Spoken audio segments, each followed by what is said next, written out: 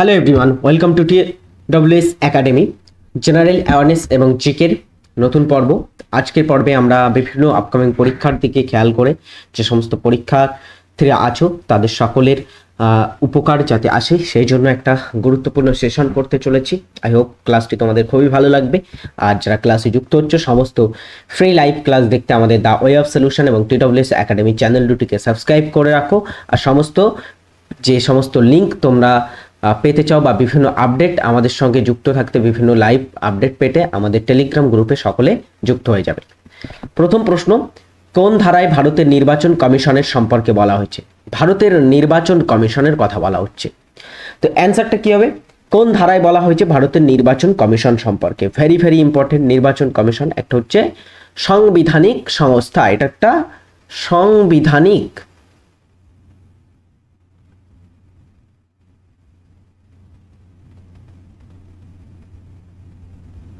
তো সাংবিধানিক সংস্থা নির্বাচন কমিশনার। আমাদের নির্বাচন যে কমিশন সেটা আমাদের ভারতের নির্বাচনগুলির মধ্যে কেন্দ্রীয় যে নির্বাচন কমিশন, তারা তোমার হচ্ছে লোকসভা, বিধানসভা এবং পার্লামেন্টের বিভিন্ন নির্বাচন তারা কন্ডাক্ট করে থাকে, বিভিন্ন নির্বাচন তারা কিন্তু করিয়ে থাকে। তার সঙ্গে তারা হচ্ছে আর যে রাজ্য নির্বাচন কমিশন, তারা কিন্তু আমাদের ভারতের যে পঞ্চায়েত এবং অন্যান্য নির্বাচন আছে সেগুলো করিয়ে থাকে। তো নির্বাচন কমিশন সম্পর্কে ভারতের কোথায় বলা হয়েছে সংবিধানে? সঠিক উত্তর হবে 324 নং ধারা। যারা অ্যান্সার করছিলে এটাই কিন্তু সঠিক হবে, একদমই রাইট অ্যান্সার। যারা করেছো অপশন এ রাইট হয়ে যাবে। পরেরটা হচ্ছে ইংল্যান্ডের মুদ্রার নাম কি? ইংল্যান্ড এর মুদ্রার নাম কি? ইউরো, পাউন্ড, ডলার নাকি সেন্ট? কোনটি ইংল্যান্ডের মুদ্রার নাম? সঠিক উত্তরটা কি হবে? ইংল্যান্ড ইউরোপের একটা অন্যতম কান্ট্রি, যেখানে ইংল্যান্ডের আমরা যদি দেখি ইংল্যান্ডের মুদ্রার নাম হচ্ছে কি, সেটা হচ্ছে পাউন্ড। পাউন্ড হচ্ছে ইংল্যান্ডের মুদ্রার নাম। অনেকে বলবে স্যার ইউরো তো হবে, ইউরো কেন হলো না? দেখো, ইউরো হচ্ছে ইউরোপিয়ান যে সমস্ত ইউনিয়নের কান্ট্রি আছে তাদের সকলের বেশিরভাগ, সবার নয় বেশিরভাগ সকলেরই মুদ্রার নাম ইউরো, ঠিক আছে? মানে তাদের একটা কমন মুদ্রা হচ্ছে ইউরো। তাছাড়া কিন্তু তাদের রিজিওনাল কিছু কিছু দেশের আলাদা মুদ্রা আছে আমরা যদি দেখি, কিন্তু ইংল্যান্ড কিন্তু তারা বর্তমানে ইউরোপীয় ইউনিয়নের সদস্য দেশ নয়, ঠিক আছে? তো সুতরাং তোমার হচ্ছে পাউন্ড হচ্ছে সেখানকার মুদ্রার নাম। পরেরটা হচ্ছে ভারতের স্বাধীনতা পাওয়া বা ভারত যখন স্বাধীনতা পেয়েছিল তখন ব্রিটিশ প্রধানমন্ত্রী কে ছিলেন? ভেরি ভেরি ইম্পর্টেন্ট প্রশ্ন। এই ধরনের প্রশ্ন কিন্তু তোমরা পরীক্ষায় পেতে পারো, মডারেট লেভেলের প্রশ্ন, ভেরি ভেরি ইম্পর্টেন্ট। ভারত যখন স্বাধীনতা পেয়েছিল, ভারত কবে স্বাধীনতা পায়? 1947 সালে স্বাধীনতা পেয়েছিল। এবং 1947 সালে ভারত স্বাধীনতা পাওয়ার সময় ব্রিটিশ যিনি প্রধানমন্ত্রী ছিলেন তিনি হবেন ক্লিমেন্ট এটলি। ক্লিমেন্ট এটলি ইনি ছিলেন 1945 থেকে 1951 সাল পর্যন্ত ব্রিটিশ প্রধানমন্ত্রী। ওকে, এটা যেন সকলে মনে রাখো। পরের প্রশ্ন হচ্ছে ম্যাঙ্গানিজ উত্তোলনের নিরিখে ভারতের কোন রাজ্য প্রথম স্থান অধিকার করে? ম্যাঙ্গানিজ অন্যতম একটা গুরুত্বপূর্ণ ধাতব উপাদান আমাদের ভারতের। তো এই ম্যাঙ্গানিজ উৎপাদনের নিরিখে কোন রাজ্য প্রথম স্থান অধিকার করে থাকে? বলো সকলে। আমরা যদি দেখি ওয়ার্ল্ড ওয়াইড বিশ্বের যদি ম্যাঙ্গানিজ উত্তোলনের নিরিখে দেখা যায়, 2000 যে আগের বছর ছিল 2023-22 বছর, সেই 2022-23 বছরে সর্বাধিক পরিমাণে ম্যাঙ্গানিজ উত্তোলনের নিরিখে ছিল প্রথম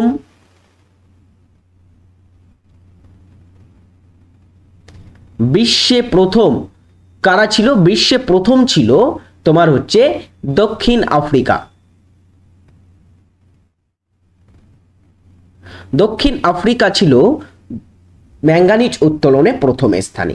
আচ্ছা, আমাদের ভারতের স্থানটা কত? ভারত ম্যাঙ্গানিজ উত্তোলনে কততম স্থান অধিকার করে বিশ্বের মধ্যে? তো মনে রাখবে, ভারত ম্যাঙ্গানিজ উত্তোলনে ষষ্ঠ, সিক্সথ কিন্তু হয়েছে পৃথিবীর মধ্যে। এবারে ভারতের মধ্যে কোন রাজ্য প্রথম স্থান অধিকার করে? অ্যান্সারটা হবে অপশান সি, মধ্যপ্রদেশ রাজ্য ম্যাঙ্গানিজ কিন্তু সবচেয়ে বেশি পরিমাণে উত্তোলন করে থাকে।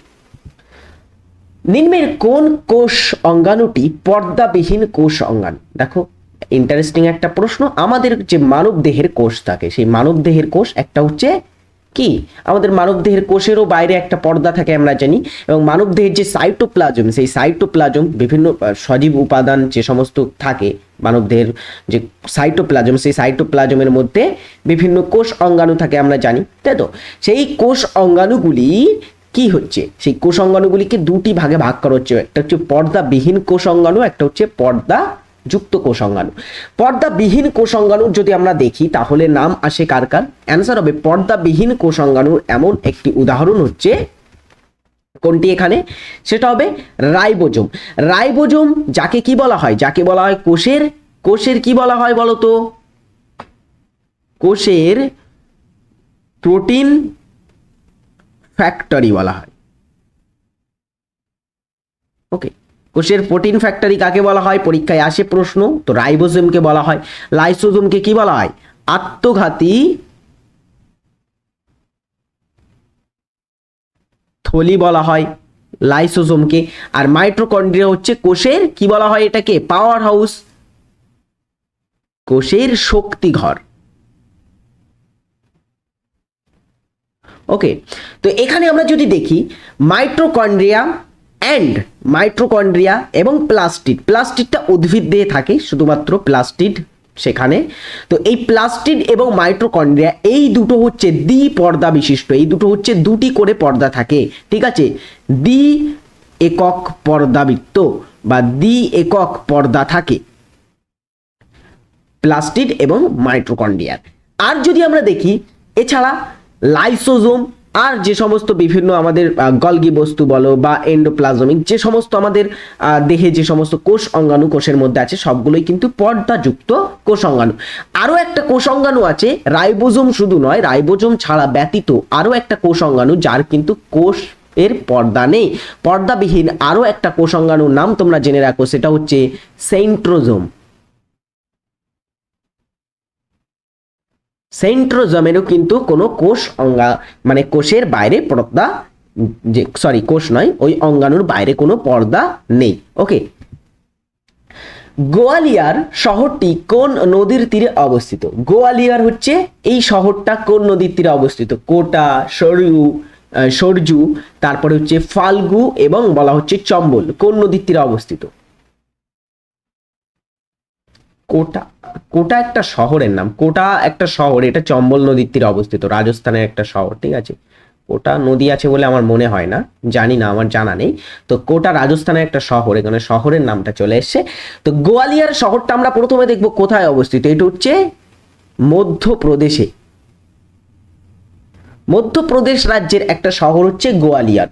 যেই গোয়ালিয়র তার সঙ্গে কোটা অ্যান্ড বিভিন্ন কিন্তু এরকম শহরগুলি অবস্থিত চম্বল নদীর তীরে। সরজুটা এখানে পড়ে গেছে, এমনি কিন্তু এটা সরজু অ্যান্সার হবে না। সরজুর তীরে অযোধ্যা শহর আছে, অযোধ্যা, যেটা হচ্ছে তোমার উত্তরপ্রদেশের অযোধ্যা সরজুর তীরে, এটা কিন্তু অ্যান্সার হবে না, অ্যান্সার হবে চম্বলের তীরে কিন্তু অবস্থিত এটা গোয়ালিয়র শহরটি, এটা সঠিক উত্তর হবে, ঠিক আছে? গোয়ালিয়র, কোটা প্রভৃতি হচ্ছে কোথায় অবস্থিত? চম্বল নদীর তীরে অবস্থিত।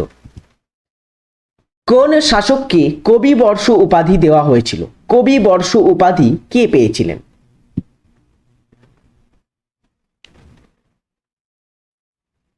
বলে সকলে, কবি বর্ষ উপাধিটা কে পেয়েছিল? অভয় সিং, বাগপতি মুঞ্জা, প্রতাপ সিংহ এবং রাভ যোধা। দেখো এখানে অ্যান্সার, কঠিন প্রশ্ন আমি মানছি, এটা অ্যান্সার হবে বাগপতি মুঞ্জা। বাগপতি মুঞ্জা ইনি ছিলেন পরামার বংশের শাসক, পরামার বংশের অন্যতম একজন উল্লেখযোগ্য শ্রেষ্ঠ শাসক ছিল এই বাগপতি মুঞ্জা। পরামার বংশটা কারা? পরামার বংশ হচ্ছে এটা মধ্য পশ্চিম ভারতে এটা প্রধানত শাসন করত এই পরামার বংশটা। পরামার বংশটা তোমার হচ্ছে প্রধানত কোথায় শাসন করত? তাদের তোমার হচ্ছে ওই পশ্চিম অঞ্চল বলা যেতে পারে, এটা ভারতের পশ্চিম অঞ্চলে পরামার বংশটা শাসন করত, উত্তর পশ্চিম ভারতে। তো এই পরামার বংশটা তোমার হচ্ছে একজন ব্যক্তি প্রতিষ্ঠা করেছিলেন। কে প্রতিষ্ঠা করেছিলেন? প্রতিষ্ঠাতাটা জেনে রাখো। এই বংশটাকে খ্রিস্টপূর্ব নবম শতাব্দীর দিকে প্রতিষ্ঠা করা হয়, 940-50 শতাব্দী এর মধ্যে কিন্তু এটাকে তোমার হচ্ছে প্রতিষ্ঠা করা হয়েছিল। কে প্রতিষ্ঠা করেছিল? উপেন্দ্র নামক একজন ব্যক্তি। উপেন্দ্র নামক একজন শাসক, তিনি এটার প্রতিষ্ঠা করেন। ঠিক আছে, পরবর্তীতে এই বংশে একজন ব্যক্তি শাসক করতে আসেন, একজন ব্যক্তি আসেন যার নাম হচ্ছে দ্বিতীয় সিয়াকা। বলা হয় তিনি হচ্ছেন, সিয়াকা হচ্ছেন এই বংশের প্রকৃত প্রতিষ্ঠাতা। ঠিক আছে, সিয়াকা পরবর্তীতে তার পুত্র ছিল বাক্পতি মুঞ্জ। বাক্পতি মুঞ্জ হচ্ছে একজন, তিনি কবি দরদি একজন, তিনি ছিলেন একদিকে সাহিত্য বিলাসী তিনি ছিলেন। ঠিক আছে, এই কারণে কিন্তু তাকে কবি বর্ষ উপাধি দেওয়া হয়েছিল। আচ্ছা, এই পরামার বংশের একজন শাসক ছিল, তোমরা নাম নিশ্চয়ই শুনেছো, রাজা ভোজ। রাজা ভোজও কিন্তু এই বংশের উল্লেখযোগ্য শাসক ছিল। ইদানিং আমরা দেখছি পরীক্ষায় প্রশ্ন আসছে যে অমুক বাক্পতি মুঞ্জ কোন অঞ্চলে শাসন করতো বা বাক্পতি মুঞ্জ কোন রাজবংশের শাসক ছিলেন প্রভৃতি আসছে পরীক্ষায়। আমরা দেখেছি WBCS পরীক্ষায়ও প্রশ্ন আসে, যেমন এসেছিল ওয়াজিদ আলী শাহ কোন অঞ্চলের নবাব ছিলেন বা কোন বংশের নবাব ছিলেন, এরকম প্রশ্ন আসছে পরীক্ষায়, তাই তো। পরের প্রশ্ন দেখা যাক, তো আমরা এই জন্য জেনে রাখবো ওগুলি। প্রথম বিদেশি যিনি ভারত রত্ন পুরস্কার পান, প্রথম বিদেশি হিসাবে কাকে ভারত রত্ন পুরস্কারে ভূষিত করা হয়েছিল? খান আব্দুল গফফার খান, নেলসন ম্যান্ডেলা, মাদার টেরিজা এবং শিনজো আবে। আমরা যদি দেখি খান আব্দুল গফফার খান, এখানে কিন্তু রাইট অ্যান্সার হয়ে যাবে। খান আব্দুল গফফার খান তিনি ছিলেন পাকিস্তানের বাসিন্দা এবং তিনি 1987-এ প্রথম বিদেশি হিসাবে ভারতরত্ন পুরস্কার, ভারতের সর্বোচ্চ সিভিলিয়ান অ্যাওয়ার্ডটা পেয়েছিলেন।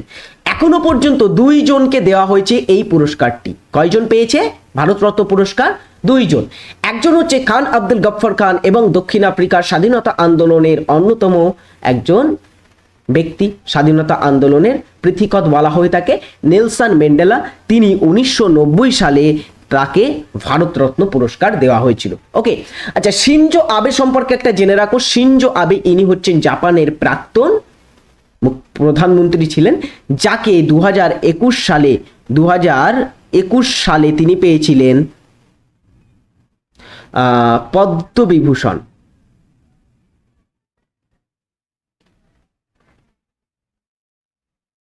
ওকে, দ্বিতীয় সর্বোচ্চ ভারতের সিভিলিয়ান অ্যাওয়ার্ড পদ্মবিভূষণ দেওয়া হয়েছিল তাকে 2021 সালে, এবং এই বছরে কিন্তু লি কুয়ানকে দেওয়া হচ্ছে। পরেরটা দেখো সিঙ্গাপুরের। হাইড্রোজেন কে আবিষ্কার করেছিলেন? হাইড্রোজেন পর্যায় সারণীর 1 নম্বর যে মৌল সেটা হচ্ছে হাইড্রোজেন। পারমাণবিক সংখ্যা 1, পৃথিবীর সবচেয়ে হালকা গ্যাস হচ্ছে, সবচেয়ে হালকা মৌল হচ্ছে হাইড্রোজেন। সেই হাইড্রোজেনটা কে আবিষ্কার করেছিলেন? Humphry Davy, Henry Cavendish, Joseph Black, Joseph Priestley. অ্যান্সারটা কি হবে? হামফ্রে ডেভি তিনি অ্যালুমিনিয়াম বা অন্যান্য বিভিন্ন কিন্তু ধাতু এরকম আবিষ্কার করেছে, ধাতু বা মৌল আবিষ্কার করেছিলেন, জানো।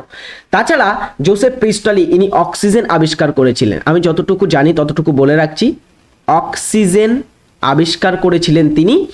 আর হেনরি ক্যাভেন্ডিশ তিনি কিন্তু প্রথম এই হাইড্রোজেন গ্যাসটি আবিষ্কার করেছিলেন। কে আবিষ্কার করেন? Henry Cavendish. ভারতের বেশিরভাগ স্থান জুড়ে কোন ধরনের বনভূমি দেখা যায়? সুন্দর একটা প্রশ্ন। ভারতের বেশিরভাগ স্থান জুড়ে কোন ধরনের বনভূমি আছে? গ্রীষ্মমণ্ডলীয় আধা চিরসবুজ বন, গ্রীষ্মমণ্ডলীয় চিরহরিত বন, আলপাইন বন, ক্রান্তীয় পর্ণমোচী বন।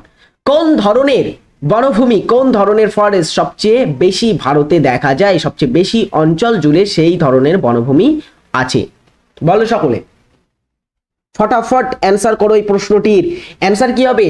ভারতের বেশিরভাগ অঞ্চল জুড়ে আছে ক্রান্তীয় পর্ণমোচী অরণ্য, ক্রান্তীয় পর্ণমোচী বন। পর্ণমোচী উদ্ভিদ কি কি আছে? শাল, তারপরে হচ্ছে সেগুন, তারপরে হচ্ছে চন্দন, আমরা বলতে পারি একটা পর্ণমোচী, বেল, কুল প্রভৃতি হচ্ছে এক একটা পর্ণমোচী উদ্ভিদ। এই ধরনের কিন্তু শাল, সেগুন, অর্জুন এই ধরনের কিন্তু বেশিরভাগ পর্ণমোচী উদ্ভিদগুলো আমাদের ভারতে বেশিরভাগ অঞ্চল জুড়ে বিস্তৃত আছে। আজকে যেটা তোমাদের হোমওয়ার্ক দেওয়া থাকবে সেটা হচ্ছে কার ছদ্মনাম ছিল নীললোহিত? নিম্নলিখিত কোন লেখক বা কোন কবির নাম ছদ্মনাম, এই ছদ্মনামে তিনি লিখতেন? সুভাষ মুখোপাধ্যায়ের নাম আছে, তারাশঙ্কর বন্দ্যোপাধ্যায় আছে, বঙ্কিমচন্দ্র চট্টোপাধ্যায় এবং সুনীল গঙ্গোপাধ্যায়। সকলে কমেন্টে, এই ক্লাসটি শেষ হওয়ার পরে কমেন্টে যখন চলে যাবে, কমেন্টে কিন্তু সকলে এটার উত্তর জানিয়ে যাবে ছদ্মনাম নীললোহিত ছদ্মনামে কে লিখতেন। ইলিয়াস শাহী বংশের শেষ শাসক কে ছিলেন? এই দেখো একটা অন্যরকম প্রশ্ন চলে আসলো। ইলিয়াস শাহী বংশের আমরা যদি দেখি প্রতিষ্ঠাতা কে ছিল? ইলিয়াস শাহী বংশ হচ্ছে কি বাংলার প্রথম কি ছিল? এটা সুলতানি বংশ ছিল। ওকে, বাংলার প্রথম সুলতানি বংশ তাহলে কোনটি ছিল? ইলিয়াস শাহী বংশ। এই ইলিয়াস শাহী বংশের প্রতিষ্ঠাতাকে শামসুদ্দিন ইলিয়াস শাহ হচ্ছেন, ইনি হচ্ছেন প্রতিষ্ঠাতা। শামসুদ্দিন ইলিয়াস শাহ তিনি এই বংশটি প্রতিষ্ঠা করেছিলেন। ইলিয়াস শাহী বংশটা কবে প্রতিষ্ঠা হয়েছিল? বলা হয়ে থাকে 1342 খ্রিস্টাব্দ নাগাদ। 1342 খ্রিস্টাব্দ নাগাদ ইলিয়াস শাহী বংশটা বাংলায় প্রতিষ্ঠা হয়। এই ইলিয়াস শাহী বংশে আমরা যদি দেখি পরবর্তীতে বিভিন্ন শাসকেরা এসেছে, রুকানুদ্দিন বারাকর শাহ, তারপরে সিকান্দার শাহ এসেছেন, কিন্তু শেষ শাসককে এই বংশের? অ্যান্সার হবে এই বংশের শেষ শাসক, এই বংশটা যখন শেষ হয়েছিল, এই বংশটা 1342 থেকে আমাদের এই বাংলা বা বঙ্গদেশ গৌড়ে শাসন করেছিল 1342 থেকে 1487 খ্রিস্টাব্দ পর্যন্ত, এবং 1487 খ্রিস্টপূর্বাব্দে এই বংশটা শেষ হয়ে যায়। এবং এই বংশের যিনি শেষ শাসক ছিলেন তিনি হচ্ছেন জালালউদ্দিন ফতেহ শাহ। ঠিক আছে, জালালউদ্দিন ফতেহ শাহ ইনি হচ্ছেন এই বংশের শেষ শাসক ছিলেন। কত সালে 14টি ব্যাংক জাতীয়করণ করা হয়েছিল? কতবার করানো প্রশ্ন। দেখো, এটার কিন্তু সকলের সঠিক উত্তর করতে হবে। 14টি ব্যাংককে জাতীয়করণ কবে করা হয়েছিল? কত সালে? দ্রুত অ্যান্সার হবে। সেটা হচ্ছে কবে? 1969, চতুর্থ পঞ্চবার্ষিকী পরিকল্পনার সময়, তাই তো। পরে দেখো, কুন্দা জলবিদ্যুৎ প্রকল্পটি কোথায় অবস্থিত? কুন্দা হচ্ছে ভারতের অন্যতম একটি গুরুত্বপূর্ণ জলবিদ্যুৎ প্রকল্প। এটা কোথায় অবস্থিত? হিন্টস দেব? হিন্টস হচ্ছে এটা দক্ষিণ ভারতে অবস্থিত। এবারে তো সহজ করে দিলাম। দক্ষিণ ভারতের এখানে দুটো রাজ্য আছে, একটা হচ্ছে তামিলনাড়ু এবং কেরালা। এই দুটির মধ্যে কোথায়? অ্যান্সার হবে কুন্দা জলবিদ্যুৎ প্রকল্প কুন্দা নদীর উপরে অবস্থিত, তামিলনাড়ুতে। এটা কেরল নয়, ঠিক আছে, কেরলের হবে না, তামিলনাড়ুতে অবস্থিত। আজকে এত ভুল মানে মার্কসটা পড়ে গেল কেন বুঝতে পারছি না। করেছিলাম ঠিকঠাকই, কিন্তু হয়তো সরে গেছে পরবর্তীতে। তো এটা কিন্তু সঠিক হবে, ঠিক আছে। রাইট অ্যান্সার হচ্ছে তামিলনাড়ুতে অবস্থিত কুন্দা জলবিদ্যুৎ প্রকল্পটি। সেই সময় উপন্যাসটির লেখককে? সেই সময় হচ্ছে একজন ব্যক্তির লেখা একটা উপন্যাস, একটা বিখ্যাত উপন্যাস। সেই সময়, তারপর আরো আমি কয়েকটা লিখে দিচ্ছি। আরেকটা লিখবো, প্রথম আলো, এটা থেকেও আসে পরীক্ষা। প্রথম আলো উপন্যাসটি কার লেখা? তারপরে আরেকটা হচ্ছে তোমার গুরুত্বপূর্ণ উপন্যাসের নাম তার কাকাবাবু সমগ্র। কাকাবাবু সমগ্র। তো প্রভৃতির লেখক কে? প্রভৃতির লেখক হচ্ছে সুনীল গঙ্গোপাধ্যায়। এই সময় অ্যান্ড প্রথম আলো উপন্যাস, প্রথম আলোটা থেকে প্রশ্ন আসার চান্স কিন্তু অনেকটা বেশি। ভেরি ভেরি ইম্পর্টেন্ট প্রথম আলো উপন্যাসের লেখককে? তো এটার লেখক হচ্ছে সুনীল গঙ্গোপাধ্যায়। কোন ধারায় ভারতের রাষ্ট্রপতির অপরাধীকে ক্ষমা করার অধিকার আছে? অপরাধীকে ক্ষমা করা বা কোনো একটা অপরাধী তিনি তোমার হচ্ছে মৃত্যুদণ্ডে দণ্ডিত হয়েছেন ভারতের ন্যায় আদালত দ্বারা, কিন্তু রাষ্ট্রপতি তাদের এই মৃত্যুদণ্ডে দণ্ডিত ব্যক্তি তাদেরকে ক্ষমা করতে পারেন, বা তাদের কিন্তু যে সাজা সেটাকে কিন্তু তিনি কি করতে পারেন? হ্রাস করতে পারেন। তো এটা কোন ধারায় বলা হয়েছে? একদমই সঠিক উত্তর হবে অপশন সি, 72 নং ধারায়।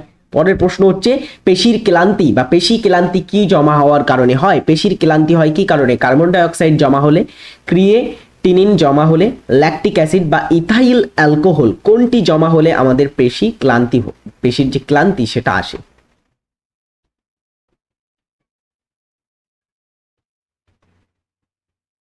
সঠিক উত্তরটা কি হবে বলো? পেশির ক্লান্তির জন্য দায়ী হচ্ছে ল্যাকটিক অ্যাসিড। ল্যাকটিক অ্যাসিড জমা হলে পেশি ক্লান্তি হয়। আলেকজান্ডারের শিক্ষক কে ছিলেন? গ্রিক বীর Alexander, Alexander the great Alexander. তিনি 327 খ্রিস্টপূর্বাব্দে ভারত আক্রমণ করেছিলেন। আমরা জানি 327 খ্রিস্টপূর্বাব্দে এবং 326 খ্রিস্টপূর্বাব্দে সেই বিখ্যাত হিদাসপিসের যুদ্ধ 326 খ্রিস্টপূর্বাব্দে তিনি লড়েছিলেন। মাত্র 19 মাস তিনি কিন্তু ভারতে ছিলেন, আমরা জানি। তো এই আলেকজান্ডার, গ্রিক বিদ আলেকজান্ডার, তার শিক্ষক কে ছিলেন? গৃহ শিক্ষক কে ছিলেন? অ্যারিস্টটল, সক্রেটিস, দরায়ুস, হিপোক্রেটিস। এখানে অনেকগুলো তোমার হচ্ছে গ্রিক দার্শনিক, গ্রিক ব্যক্তিদের নাম দেওয়া আছে, গ্রিক বিজ্ঞানীদের নাম দেওয়া আছে কয়েকজন। তো এদের মধ্যে কে? সঠিক উত্তর কি হবে? এটা হচ্ছে অ্যারিস্টটল, ঠিক আছে। অ্যারিস্টটল কিন্তু ছিল আলেকজান্ডারের গৃহ শিক্ষক। ওকে, পরের দেখো,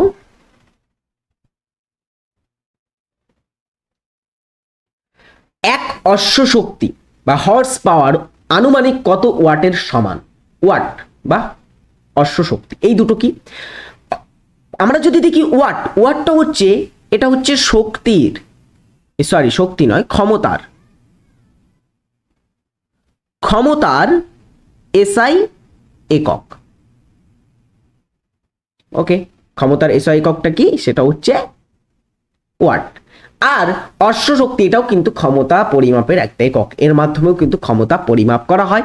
যান্ত্রিক তোমার হচ্ছে বিভিন্ন যান্ত্রিক শক্তির মানে যান্ত্রিক যে প্রয়োগ এখানে কিন্তু করা হয়ে থাকে। তো এক অশ্ব শক্তি সমান সমান বা এক অশ্ব শক্তি ইকুয়াল কত ওয়াট? সেটা হচ্ছে অ্যান্সার হবে 746 ওয়াট মিলে কিন্তু এক অশ্ব শক্তি হয়। জাতীয় পর্যটন দিবস পালিত হয় কবে? ভারতের জাতীয় পর্যটন দিবসটা কবে পালন করা হয়? 25শে সেপ্টেম্বর, 25শে জানুয়ারি, 28শে সেপ্টেম্বর নাকি 13ই আগস্ট? কোন দিনে জাতীয় পর্যটন দিবস পালিত হয়? দ্রুত অ্যান্সার হবে, সঠিক উত্তর কি হবে? জাতীয় পর্যটন দিবসটা পালন করা হয় সেটা হচ্ছে 25শে জানুয়ারি। যারা অ্যান্সার করলে সঠিক উত্তর হলো। আর যারা ক্লাসটি দেখছো সকলকে বলছি যে ক্লাসে সকলে একটু লাইক করে দাও। প্রতিদিন ক্লাস করাচ্ছি তোমাদের, সুন্দর সুন্দর ক্লাস, সুন্দর সুন্দর প্রশ্ন, খুবই খুবই ভেরি ভেরি ইম্পর্টেন্ট প্রশ্ন দিয়ে ক্লাস করানো হচ্ছে। আর যারা পরীক্ষা দিচ্ছে তারা জানে যে কেমন তোমার হচ্ছে কোশ্চেন কমন আসছে, বা যারা পরীক্ষা দিয়েছে তারাও জানে যে কেমন পরীক্ষা কমন প্রশ্ন এখান থেকে পড়ে থাকে। সো আমার আলাদা করে কিছু বলার নেই। তো তোমরা এখানে সকলে কমেন্টে জানাবে যে ক্লাসটি কি তোমাদের আদৌ হেল্পফুল হচ্ছে। তো আর জাতীয় যে পর্যটন দিবস এটা কবে পালন করা হয়? অ্যান্সার হবে 25শে জানুয়ারি। এটা জাতীয় বা ন্যাশনাল লেভেলের ট্যুরিজম ডের কথা বলা হচ্ছে। যদি বলা হয় ওয়ার্ল্ড ট্যুরিজম ডেটা কবে বলো তো?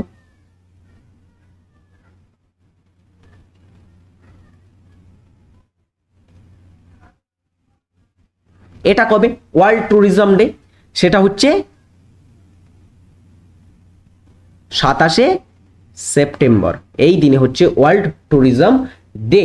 25শে জানুয়ারি হচ্ছে জাতীয়, আর বিশ্ব ট্যুরিজম ডে 27শে সেপ্টেম্বর। র্যালে কমিশন কবে গঠিত হয়? র্যালের কমিশন, এটা হচ্ছে একটা কমিশন ছিল শিক্ষাক্ষেত্রে, কিন্তু এই কমিশনটা গুরুত্বপূর্ণ ভূমিকা পালন করেছিল শিক্ষাক্ষেত্রে। বিভিন্ন কিন্তু এরকম শিক্ষাক্ষেত্রের উন্নতির জন্য বা শিক্ষাক্ষেত্রে পর্যবেক্ষণের জন্য বিভিন্ন কমিশন গঠন করা হয়। ব্রিটিশ ভারতে হান্টার কমিশন, র্যালের কমিশন, বিশ্ববিদ্যালয় কমিশন বলা যেতে পারে, বিভিন্ন কমিশন কিন্তু গঠন হয়েছিল। তো আমরা যদি দেখি র্যালের কমিশন, এই র্যালের কমিশনটাকে তোমার হচ্ছে গঠন করা হয়েছিল কবে? সঠিক উত্তর হবে এটা হচ্ছে 1902 সালে। কে গঠন করেন? অ্যান্সার হবে এটা গঠন করেছিলেন স্যার টমাস র্যালে, তার নেতৃত্বে এটা গঠন করা হয়। টমাস র্যালে তিনি গঠন করেছিলেন, এবং গঠন করার সময় কে ভারতের ভাইসরয় ছিলেন বা এটা কে গঠন করার নির্দেশ দিয়েছিলেন? অ্যান্সার হবে ভাইসরয় ছিলেন লর্ড কার্জন। ঠিক আছে, লর্ড কার্জন। এবারে র্যালের কমিশনটা কি ছিল? র্যালের কমিশনটা মনে রাখবে, র্যালের কমিশনটা ছিল প্রধানত যে আমাদের ভারতের যে সমস্ত বিশ্ববিদ্যালয়গুলি সেগুলোর পঠন পাঠনের মান উন্নয়ন করার জন্য, সেগুলোর পড়াশুনো কেমন চলছে, সেগুলোর মানে অভ্যন্তরীণ বিষয়বস্তুকে বার করার জন্য, রিপোর্ট তৈরি করার জন্য কিন্তু র্যালের কমিশনটা গঠন করা হয়েছিল, যেটা লর্ড কার্জন গঠন করে।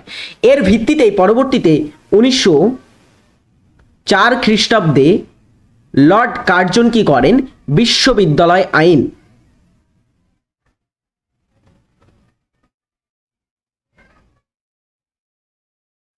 আইন পাশ করেন। ঠিক আছে, সেটা কবে পাশ হয়েছিল? 1904 সালে লর্ড কার্জন পাশ করেছিল এই বিশ্ববিদ্যালয় আইনটি। টিডব্লিউএস একাডেমির সেরা শিক্ষকদের কাছ থেকে সেরা চাকরির প্রস্তুতি নিতে আমাদের টিডব্লিউএস একাডেমিতে তোমাকে যুক্ত হতে হবে, এবং যুক্ত হওয়ার সাথে সাথে সমস্ত ক্লাস তোমরা অ্যাক্সেস করতে পারবে। সমস্ত বিষয়ভিত্তিক ক্লাস এখানে করানো হচ্ছে, চ্যাপ্টার ওয়াইজ ক্লাস, সমস্ত ক্লাসে তোমরা পিডিএফ নোটস পেয়ে যাবে। ভর্তি হওয়ার জন্য আমাদের টিডব্লিউএস একাডেমি অ্যাপে তোমাকে যুক্ত হতে হবে। সেখানে পেইড কোর্সেসের ভিতরে গিয়ে বিভিন্ন কিন্তু তোমরা ব্যাচ পেয়ে যাবে, সেখানে বিভিন্ন আলাদা আলাদা পরীক্ষার ব্যাচ আছে। তোমার পছন্দের মতো ব্যাচ যেটা, সেটা কিন্তু তোমরা যুক্ত হতে পারো। সবচেয়ে একটা পপুলার ব্যাচের নাম হচ্ছে WBP KP 2.0 ব্যাচ, যেই ব্যাচে তোমরা 1399 রুপি পে করলে কিন্তু ভর্তি হতে পারবে। 5 মাস ক্লাস করার সুযোগ লাইভ এবং 12 মাস ভ্যালিডিটিতে ক্লাস হবে। সো সকলে যারা অনেক দিন থেকে ক্লাস দেখছে তারা সকলে জানে, তাদের আলাদা করে বলতে হবে না। এখান থেকে পরীক্ষার প্রস্তুতি নিলে তোমরা কতটা উপকৃত হবে। আর সেরা চাকরির প্রস্তুতির অনলাইন প্রতিষ্ঠান তোমরা জানো, the way of solution, TWS academy, তার একটা সংস্করণ মাত্র। তো অবশ্যই তোমরা TWS একাডেমি অ্যাপ থেকে পড়াশোনা শুরু করে দাও, আজই যুক্ত হয়ে যাও TWS একাডেমিতে এবং নিজের চাকরির সেরা প্রস্তুতিটা এখান থেকেই করতে থাকো। পরের প্রশ্ন হচ্ছে, ভারতের মূল সংবিধানে কতগুলি ধারা ছিল? ভারতের যে মূল সংবিধান ছিল সেটাতে কতগুলি ধারা ছিল? ভারতের মূল সংবিধান গৃহীত হয় কবে? 1947-এ, 1947 বলছি, সরি, হ্যাঁ 1900 কত সালে যেন, 1946-এ ছিল না, 1946-এর 26শে নভেম্বর সেটা তোমার হচ্ছে গণপরিষদ কর্তৃক গৃহীত হয়েছিল 1949-এর 26শে নভেম্বর, এবং 1950-এর 26শে জানুয়ারি এটা কার্যকর হয়। সো এই যে আমাদের ভারতের সংবিধান যখন গৃহীত বা হয়েছিল বা কার্যকর হয়েছিল, এই মূল সংবিধান ছিল, সেই মূল সংবিধানে তোমার হচ্ছে কতগুলি ধারা ছিল? অ্যান্সার হবে কতগুলি? 395টি ধারা ছিল, 22টি পার্ট ছিল, 22টি পার্ট তোমার ছিল, আর ছিল কি, আর ছিল একটা তফসিল, 8টি তফসিল ছিল। ওকে, 8টি তফসিল ছিল আগে, বর্তমানে এটা বেড়ে কতগুলি হয়েছে? 12টি তফসিল হয়েছে। পরেরটা দেখো, নিচের কোনটি সবচেয়ে ক্ষতিকারক ভূমিকম্প তরঙ্গ? ভূমিকম্প তরঙ্গ প্রধানত 3টি ভাগে ভাগ করা হয়। একটা হচ্ছে তোমার এখানে এ তরঙ্গ, তরঙ্গ নয়, পি, এস এবং এল, 3টি তরঙ্গে ভাগ করা হয়। পি হচ্ছে প্রাথমিক তরঙ্গ, এস হচ্ছে গৌণ তরঙ্গ এবং এল হচ্ছে পৃষ্ঠ তরঙ্গ। এটা সম্পর্কে মূল আলোচনা, পৃষ্ঠ তরঙ্গ এটা। তো আমরা যদি দেখি পি তরঙ্গ, পি তরঙ্গ হচ্ছে ভূমিকম্পের যে কেন্দ্র, ভূমিকম্পের যে কেন্দ্র, সেই কেন্দ্রে উৎপত্তি ঘটে পি তরঙ্গ। পি তরঙ্গে কোথায় থাকে? পি তরঙ্গ থাকে কেন্দ্রে। তারপরে ভূমিকম্পের যে কেন্দ্রে, ভূমিকম্পের কেন্দ্রে আরেকটা তোমার হচ্ছে উৎপন্ন হয়ে থাকে, সেটা হচ্ছে এস তরঙ্গ। এই দুটি ভূমিকম্পের প্রায় কেন্দ্রে থাকে। আর ভূমিকম্পের উপকেন্দ্রগুলিতে থাকে এল তরঙ্গ। ঠিক আছে, এল তরঙ্গ কি হয়? এল তরঙ্গ হচ্ছে সবচেয়ে বড় তরঙ্গ, এটা হচ্ছে সবচেয়ে তরঙ্গের দিক থেকে বড় তরঙ্গ। মাঝারি তরঙ্গ হচ্ছে তোমার এস তরঙ্গ হচ্ছে মাঝারি তরঙ্গ, আর এল তরঙ্গ হচ্ছে এই তোমার হচ্ছে পি তরঙ্গ হচ্ছে সবচেয়ে ছোট তরঙ্গ। কিন্তু শক্তির যদি কথা বলা হয়, সবচেয়ে শক্তিশালী যে তরঙ্গ সেটা হচ্ছে পি তরঙ্গ, কারণ এটা কঠিন মাধ্যমের মধ্য দিয়েও কিন্তু পরিবাহিত হতে পারে। ঠিক আছে, পি তরঙ্গ, তারপরে এস তরঙ্গ, তারপরে এল তরঙ্গ একটু কম শক্তিশালী হয়ে থাকে, কিন্তু ক্ষতি করার মাত্রা কিন্তু থাকে সবচেয়ে বেশি এল তরঙ্গের।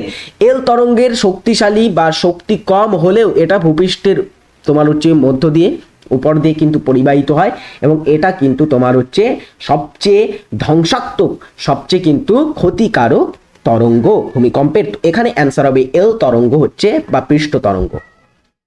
কোন রাজা পরম ভগবত উপাধি ছিল? কোন রাজার উপাধি ছিল পরম ভগবত বা ভাগবত? চন্দ্রগুপ্ত মৌর্য, প্রথম চন্দ্রগুপ্ত, দ্বিতীয় চন্দ্রগুপ্ত নাকি কনিষ্ক? দেখো সময় নষ্ট না করে বলে রাখি, এখানে অ্যান্সারটা কি হবে? সেটা হচ্ছে দ্বিতীয় চন্দ্রগুপ্ত। দ্বিতীয় চন্দ্রগুপ্তকে বলা হতো পরম ভগবত। তারপরে আরো বিভিন্ন তার উপাধি ছিল, আমরা যদি দেখি তার অপর একটা নাম ছিল বিক্রমাদিত্য নামেও কিন্তু তিনি পরিচিত ছিলেন। তারপরে তাকে বলা হতো সকারি, সকারি কিন্তু বলা হতো তাকে, কারণ তিনি শকদেরকে কিন্তু পরাজিত করেছিলেন। তো এই কারণে কিন্তু তাকে বিভিন্ন উপাধি দেওয়া হয়, তার মধ্যে পরম ভগবত একটা কিন্তু উল্লেখযোগ্য তার উপাধি। বৈদ্যুতিক মোটর কে আবিষ্কার করেছিলেন? বৈদ্যুতিক যে মোটর সেটা কে আবিষ্কার করেন? Michael Faraday, Albert Einstein, J Thomson আর চ্যাডউইক? বৈদ্যুতিক মোটরের আবিষ্কর্তা হচ্ছেন মাইকেল ফ্যারাডে, তিনি হচ্ছেন বৈদ্যুতিক মোটরের আবিষ্কর্তা। ভারতের মৌমাছি গবেষণাগার কোথায় অবস্থিত? ভারতের সেন্ট্রাল বি রিসার্চ ইনস্টিটিউট যেটা, সেটা কোথায় অবস্থিত? পুনে, মথুরা, সিউড়ি, ত্রিশূল? বলো দ্রুত সকলে, ভারতের মৌমাছি গবেষণাগার কোথায় অবস্থিত? মৌমাছি, বাণিজ্যিকভাবে মৌমাছি পালন, এটাকে কি বলা হয়? এপিকালচার বলা হয়। এপিকালচার, মৌমাছি পালন, তাই তো?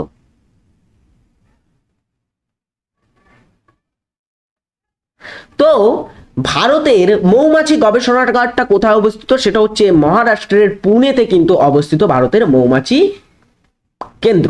আচ্ছা, আজকের ক্লাসটা আমি এখানেই শেষ করব। যারা TWS একাডেমি অ্যাপে যুক্ত হওনি তারা যুক্ত হয়ে যাবে TWS একাডেমিতে, আর আমাদের চ্যানেলটিকে সাবস্ক্রাইব করে রাখবে সমস্ত ফ্রি লাইভ ক্লাস দেখতে। আর আমাদের দ্য ওয়ে অফ সলিউশন চ্যানেলে আমি তোমার হচ্ছে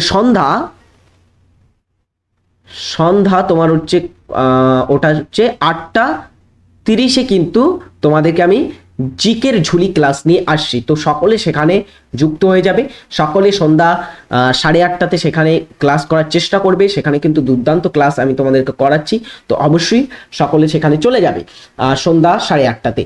আর আজকের ক্লাসটা এখানে শেষ করছি। যারা TWS একাডেমি অ্যাপ ডাউনলোড করো, নিজের নাম এনরোল করো এবং পড়াশোনার প্রস্তুতি আজ থেকেই শুরু করে দাও সিরিয়াসনেস নিয়ে। সকলে ভালো থাকবে, সুস্থ থাকবে। এখানেই আজকের ক্লাসটি শেষ করছি। টাটা।